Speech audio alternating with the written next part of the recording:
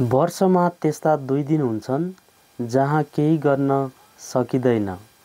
एउटालाई हिजो भनिन्छ, यस्टरडे भनिन्छ र अर्कोलाई भोलि भनिन्छ, टुमारो भनिन्छ।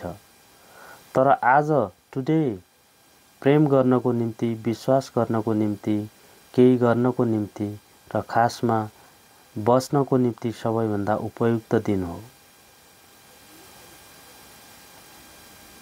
तिमीले जसलाई प्रेम गर्दछौ उसलाई उड्नको निम्ति पखेटा देऊ, फर्किआउनको निम्ति आधार देऊ अनि सधैँ रहनको निम्ति कारण देऊ।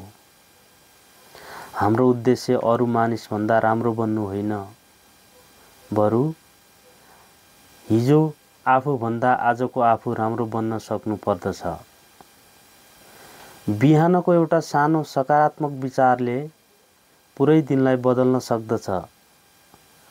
खुशी कुनै रेडिमेड तयारी वस्तु होइन, यो त तिम्रो आफ्नै कर्मद्वारा प्राप्त हुने गर्दछ।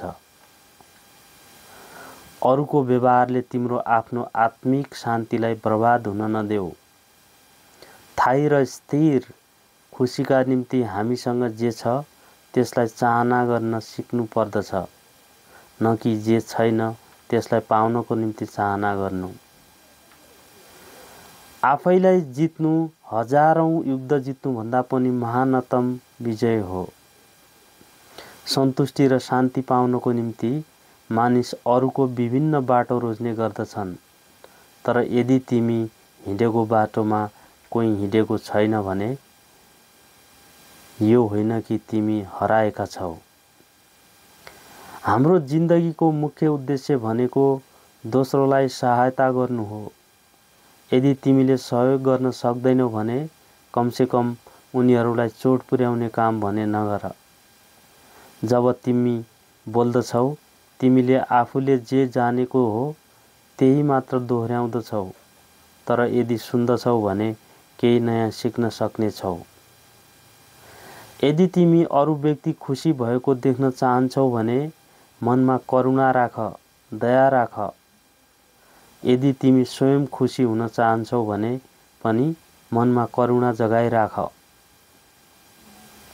यदि तिमीले यी सबै अरूको दोष हो भन्दछौ भने तिमीले धेरै दर्द सहनु पर्ने हुन्छ, तर यदि सबै थोक आफैद्वारा सिर्जित हुन्छ भन्ने कुरो थाहा पाउँछौ भने तिमीले खुसी र आनन्द दुवै प्राप्त गर्न सक्नेछौ। यदि समस्या समाधान गर्न सकिन्छ भन्ने चिन्ता गर्नु आवश्यक छैन। यदि समस्या समाधान गर्ने सकिँदैन भन्ने चिन्ता गरेर हुने केही होइन।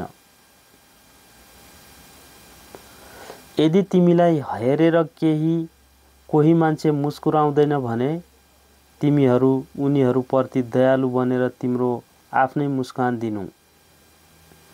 ती व्यक्ति जो अरूप्रति मुस्कुराउन सक्दैनन् उनीहरूलाई एक मुस्कान भन्दा ज्यादा अरू थोकको आवश्यकता पर्दैन।